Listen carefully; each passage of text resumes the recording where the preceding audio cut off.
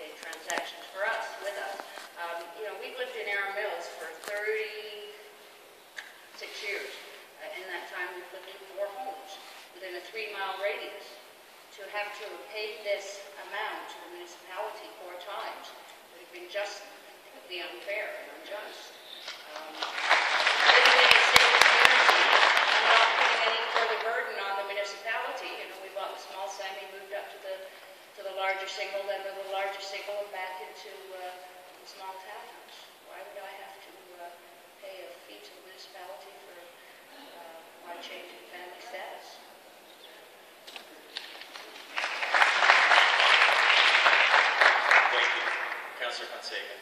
Thank you, through you, Mr. Chair. And I want to thank all of you for being here as well, and I'll just echo Councillor Mullen, Councillor Carlson, and basically all the councillors have invited you to sit down and have a conversation on what tools we can be using. As Councillor Mullen was saying, the situation, if we don't address it and we don't have the conversation with groups like yourself, with individual residents, with ratepayers groups, we need to make choices. We need to make important choices. We need to have the conversation and move forward, because if we don't, we are going to be in even a worse situation than we are currently.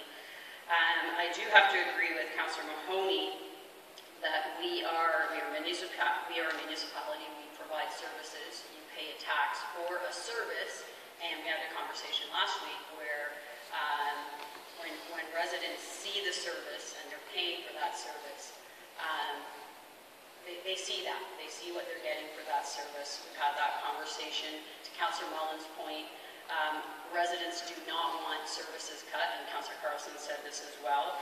And I think that when there is a fee, or whatever you want to call it, that goes directly towards something, whether it be infrastructure, whether it be snow removal, whether it be picking up leaves, whatever it is, and you walk through the conversation of questions that residents have, there's a justification for that.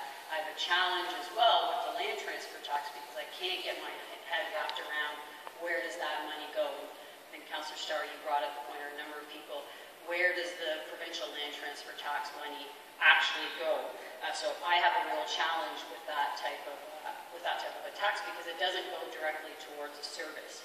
That being said, there is this assumption built into the current model that Councillor Toby started this conversation off with, around the municipalities getting 8 cents or 9 cents on the dollar to do 66% of, or to repair or maintain or to build 66% of the infrastructure that we now own. There's this assumption built into the model that, from other levels of government, that we can just continue to put a burden on the property tax. I was in Ottawa a couple of weeks ago to talk to MPs about the need for the federal government to continue or implement a new federal stimulus funding towards infrastructure, because in 2014, as you may know, as our city manager was pointing out, we don't have a lot of sustainable funding from other levels of government.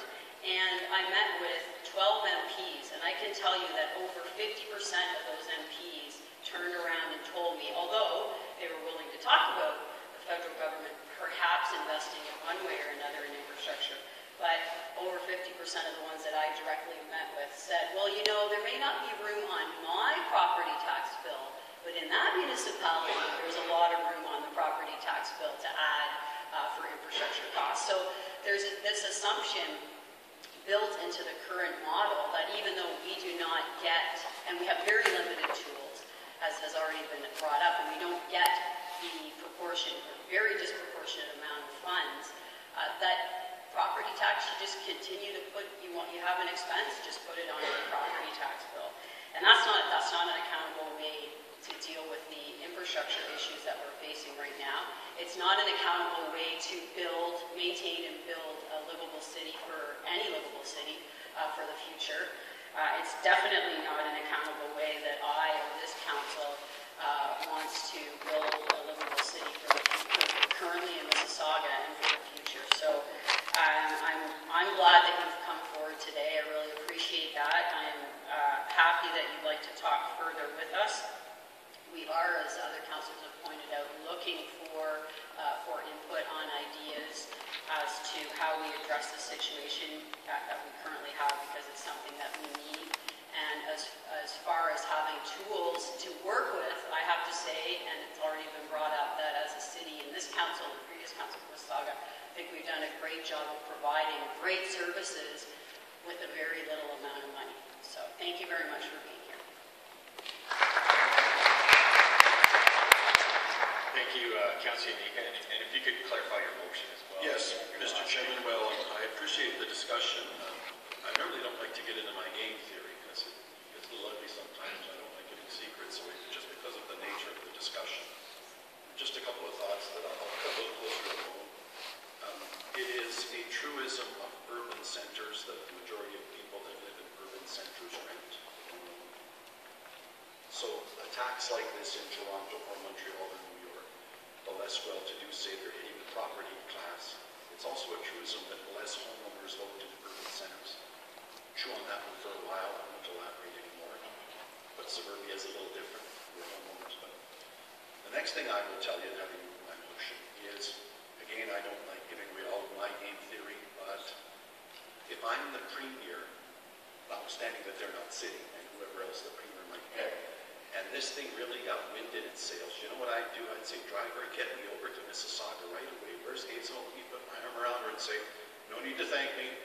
I've eliminated taxes forever in Mississauga. No need to thank me. How's that? Well, Councillor Mullen, you just said it. They raise about $280–300 million in Toronto. Some of you may know the municipal portion of the tax bill on residential homes in Mississauga is about $290 million. I don't know if you're going to collect electronic. That's not my problem. You've asked and you've asked and you've asked. So effective today, you will never pay taxes again. Thank you. I'm leaving now. Don't ask for anything else ever again. And on the drive home, the premier says, the suckers did reach for the tip of the sword. So, the reason I don't want to go forward is in different terms. Be careful what you ask for, because they may very well say yes. Now, and I think that sort of eliminates some other discussions about, well, hold on, we do want to talk about the vehicle taxes, and we do want to talk about how land tax in and of itself is regressive. We've always argued that. We do want to talk about how we should be getting more of the, I'm giving you exactly what you asked for. You asked for it. You argued with the real estate people, and you've come, and I've given it to you. Oh, happy day. So we're done, right? So before we go too far down this path and get sucked in, I think what we say is, no. We want to have some of those bigger debates about should multiple occupancies pay taxes. All of these other perverse parts of the tax, let's fix that. We're not reaching for the tip of the sword. The only other thing that I can say, I hope it's half jovial, is if you disagree with that, I'm having a problem with the logic otherwise, and if it does go forward, the only other amendment I can make is, and let's tax redheads and left-handed people as well, because it's the same logic. Just because we can. So, my motion is, and staff help me word it, it's just this simple, that city staff cease review of the land transfer tax as an option to achieve additional revenues. And that is the motion that I would make. Well, I did indicate that if you had some closing comments, we would entertain them at this point in time before I call the vote. Just a couple of minor comments I picked up from councillors' comments in the past. They referred to some Toronto tax that was payable in the past, and it was in the tune of $65 or $66 million, and I believe that we're not paying that anymore. So how does that pay off? And again, we're not in any position to scrutinize anything or to know as much as you guys do, with all due respect, and we're willing to participate in these discussions. And then again, we're going to come back to our initial motion of suggesting that this is not the right tool to have in our box. Land transfer tax, municipal land transfer tax, is not the right tool to have in a box. Once you have a toolbox, you can use what's in it. We are disagreeing with that. It's an unfair tool to have. And how about a tool of getting our shoulders together and have a tool to lobby the other level of governments of pitching in. We're paying enough taxes everywhere, and that's it.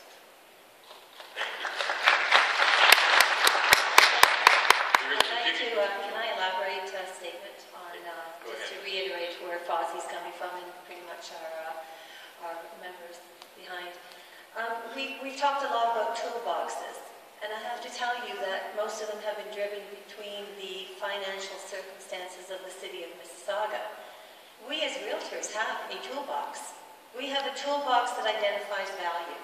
We have a toolbox that identifies the emotional level, the financial burden, the disability aspect, the seniors, everybody that lives in a home, whether they're living in a rental home or living in a home as far as ownership is concerned. We understand where the needs are. We work with them on an everyday basis. The financial aspect of the present day situation with taxes is based on market value. If we do not have people being able to move in here and support increases, upgrades on the renovations, increased values, at the end of the day, Mississauga, City of Mississauga taxations will falter. You're going to falter because you're based on your mill rates, you're based on your assessed value. And if you're not opening the big picture to take a look at what we contribute to the city and the knowledge and the understanding and the profitable exercises that we take, we're not talking about commissions today. That's far from our thoughts. Our thoughts are to step in, represent the city, whether they're renters, residents, or homeowners, it doesn't matter. Eventually they will be, or they'll be downsizing, or whatever the case, they'll be going to seniors' homes.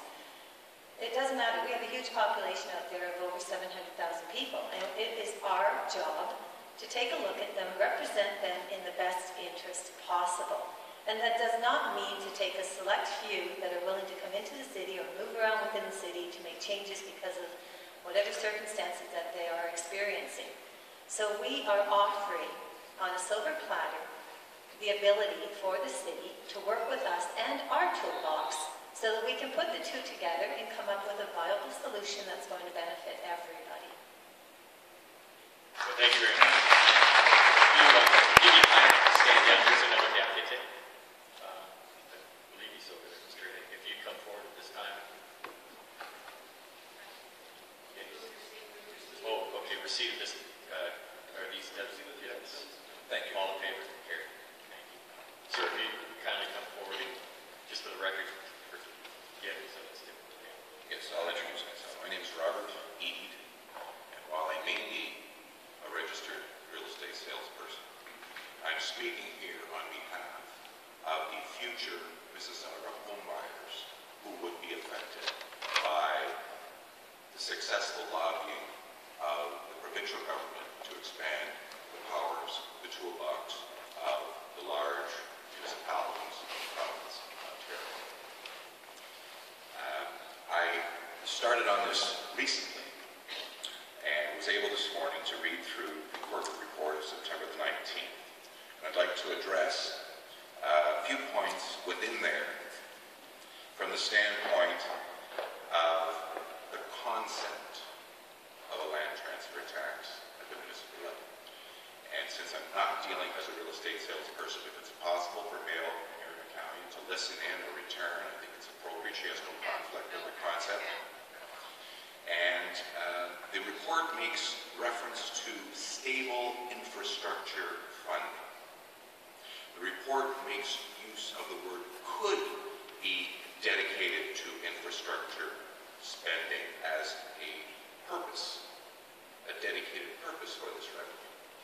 The report talks about both progressive and regressive types of taxation. The report mentions nuances that are incorporated into, first, the Toronto land transfer tax, and also the Ontario land transfer tax exemptions and rebates. And it also, and I think this is the most important point, talks about the relative ease with which this type of tax could be implemented and administered.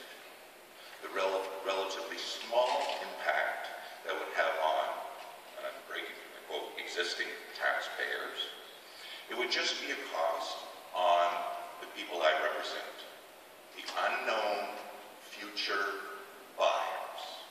Now, I'll go back to the beginning. I'm going to end with my summary, so in case I run out of time, you'll know where I'm finally going to. I know now, after the next municipal election, that you will pass. You will get approval from the province, you will get support from the large municipalities, and you will get power to copy Toronto's land transfer tax. I know that you will do it after the next municipal election. It will not be an election issue, and unless we talk about the framework now and correct some of the problems with the existing Ontario land transfer tax, with the existing Toronto land transfer tax, you'll make the same mistakes again. Now, I'm going to recommend that when you write your bylaw, you do not go by rote, do not do what the report says, usually the purchaser paid. But you write into the bylaw the allowance that either the buyer or the seller can pay this tax as negotiated in the agreement of purchase and sale and delineated on the statement of adjustments. Now back to the beginning. Stable infrastructure, the requirement, the need for stable infrastructure funding. I'm thinking of the old Condominium Act, where the local municipality, the community, the condominium corporation, had a council that was entrusted with the responsibility of planning for the whole life of the community. But sometimes when their members didn't want a fee increase, they deferred maintenance. And they got away with it because there was no provincial rule telling them that they had to. There was no rule on how much of operating you had to set aside for reserves and replacements. Anybody who runs a building, anybody who owns a home, has to have a reserve for repairs and replacements because your driveway wears out, your furnace wears out, everything wears out. It's a wasting asset. The land appreciates, the building appreciates, and you either put it on ChargeX or you have a reserve. Commercial operators, they put it aside as a tax deduction, so they have the money on hand. When the Condominium Act was revised, they insisted that a comprehensive building study be done on every condominium within a phase-in period to project the cost for 30 years into the future, that be renewed on a revolving basis every 3 years so that there can never be another special assessment on a condominium in Ontario. People refused for a long time to buy condominiums because of this maintenance fee. It was out of control. It could be one thing that all of a sudden could pop up them out of the blue. $7,000. All of a sudden we got to do the underground parking. $7,000. All of a sudden we got to do the balconies. A health or safety issue. There's nothing you can do. But a corporation bought a whole lot of money, and somebody paid in a lump, other people paid over time. Now, I say that those old poor managers of the condominium corporations were afraid to tax the full cost of what they were providing at the time they were providing, and forgot to add in the full cost plus inflation plus all these other things that go into a 30-year plan for the restoration and repair of an ongoing wasting asset. So, it may not make you happy, and it may not make these folks happy, but I know that you are going to put in a land transfer tax. Now, how should you do it? Should you go whole as holes with what Toronto did? All they did was borrow what the province of Ontario did.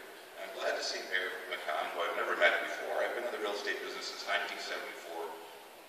Within a long stone's throw since you've been the mayor of this fine city. And this report is beautifully presented. The remarks from the city manager are fabulous. You're very well represented by this individual. However, the reality of living on the ground is what you need these folks for. They can tell you what the real people think. There's only a few people here because a real estate person won't come to an issue, won't get excited about it until it's their pocketbook. You've not had any complaints from people who, that's my opinion, also facts. The report over here, they had no negative comments on this tax because you're not going to tax the sellers. If you put a tax on that was going to affect the sellers, you would get reaction. You would have a very fair reaction of the existing people who have been underpaying for what they've been receiving, who've been undercharged for what they're receiving by subsequent previous councils, not you folks, and now all of a sudden you've got to get of a shortfall, it's either a revenue problem or a cost problem. Why are these costs from the boomingest city? I come from the little wee town of Thornhill, which is on the western panhandle of that little wee town that they just made into a city called Park. They have exactly the same problems, but they haven't blown their budget yet. They still have the booming phase, they have reserves on it's about growing up and charging the full cost of what you're doing. This is what's wrong with the province, this is what's wrong with healthcare, and this is wrong with the federal government. They're afraid to charge people for what they're providing. Now, I've gone awfully far away from where I wanted to go. Now, this is easily implemented because you're going to charge someone who's not here to say no. The nuances and the progressive, regressive are completely non-sequiturs. What's the word I'm looking for, Councillor? Not germane and red herrings. The condominium corporation is the best analogy I can think of for the poor management that's led to this situation. I know you will put a tax into effect, and I'm going to throw out a quote from Paul de Bastallo's guide to building committee and budget committees. It's in Luke 4. For which of you intending to build and maintain a tower sits not down first and counteth the cost, whether he or she have sufficient to both finish it and keep it standing, lest it be that after he or she hath laid the foundation, built the structure, he or she is not able to keep it from crumbling. Will not all that behold it begin to mock him or her, saying, this citizen hath built a mighty tower, but was not able to keep it in optimal operating condition. I thank you for your time and consideration. Please adopt an optional buyer or seller can pay the fee when you put your bylaw through. Thank you. Any questions? I just want to clarify. Yes. The only reason I declared conflict is the presentation by the real estate board. I have no conflict on a transfer tax. It's a tax that applies to everybody. Well, this is the So concept. there's no conflict. No, it's I concept. sure want to be involved in the decision in regard to whether or not we adopt a transfer tax. Absolutely, and or what is in eliminate it. return. Yeah, so I just want to make it clear. But I did not want to be present with the real estate. But I don't have a conflict on the transfer tax. 100%. It applies to everybody. That's right. That sells or buys a home, etc. Thank you for your presentation and motion. Have you dealt with the motion on the... Yeah. Yes. Motion that I moved was, and staff helped with that city staff cease review of the land transfer tax as an option to achieve additional revenues. Madam Mayor, you haven't had a chance to speak to it. You should I be haven't given yet. and you should be I'd given like that a chance to opportunity. speak with it. How it came about is at a budget meeting. I don't know how the city manager explained it. We discussed, because we're stuck with some pretty tough challenges down the road. And as a result of that discussion, the members of council present asked that the staff come back. It was not my idea at all, a transfer tax. It was council heard the presentation of the information that the city manager gained, the knowledge he did have about the transfer tax in Toronto. And so the council asked to bring a report back, because I think this council is noted for wanting to have all the facts and all the information on different things. In fact, I think sometimes the staff gets a little loaded with all the requests around this table for more information, because we try to do our homework before we make a decision. So the staff was asked by the budget committee that met at the Port Credit Arena to bring back a report. The report came back, etc. First of all, I want to tell you, we have no authority, I hope it was mentioned, absolutely no authority at this point. And I can assure you, I'd be surprised if the province would deal with giving us authority for one tax, or giving Mississauga authority. If there's any authority given, it'll be to all the other municipalities in Ontario, other than Toronto, that has the authority now. And they introduced it as an experiment in Toronto, both the registration tax and the transfer tax. And the province is going to review that at the next review of the Municipal Act. to find out if the authority they gave Toronto works or doesn't work, right? Just to give you the history. That will then determine whether we will ever be granted an authority to raise other taxes. Registration tax, income tax. I think somebody mentioned about going to the States and getting a hotel bill, and there's all kinds of taxes on it. And we would like some of those taxes. The point is, whether the province will deal with that, they don't deal with too many of our requests very quickly. The large urban mayors of Ontario have met and have set up 3 task forces, and one is to look at sustainable funding for municipalities. Not handouts from the federal and provincial government can be cut off at any time, and they do that regularly. Sustainable. We can't exist on the property tax and user fees.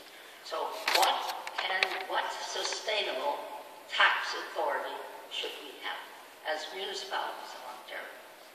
They have now even interviewed consultants to prepare a report to be presented to the province, and especially with an election coming in May, we assume that we will present, as the large urban mayors of Ontario, a report to the 3 parties saying, this is what we need to have sustainable funding other than the property tax, because it doesn't work anymore, okay? So that's underway. Metrolinx is also coming down with a report in June of next year with how the $50 billion capital project of the transit needs in the GTA is going to be funded. And they're coming forward with a toolbox, another toolbox, maybe the same things in that toolbox.